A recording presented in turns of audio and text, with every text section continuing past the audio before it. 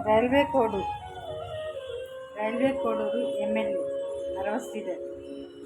అతను ఒక ఆమెను అతను ఇంకొక ఆమె ప్రేమించుకున్నారు. ఇద్దరు ఇష్టపడ్డారు, తిరిగారు, బాగానే ఉంది. కానీ ఫ్లాష్ బ్యాక్ తెలుసుకోకుండా అతన్ని ప్రేమించాడు. తెలుసుకొని కూడా నేను పెళ్లి చేసుకుంటా అని మాటిచ్చాడో తెలియదు. కానీ పెళ్లి చేసుకోవాలనుకున్న వీణ నయన భయాన పెద్ద మనుషుల ద్వారానో చెప్పి కాకుంటే వెయిట్ చేయాలి. కనీసం ఒక 1 month 6 months వెయిట్ చేయాలి. నువ్వు ఎంత మాత్రం అతన్ని ప్రేమిస్తున్నావు అనేది అతను రుజువు చేసుకునేలాగా నిలబడాలి.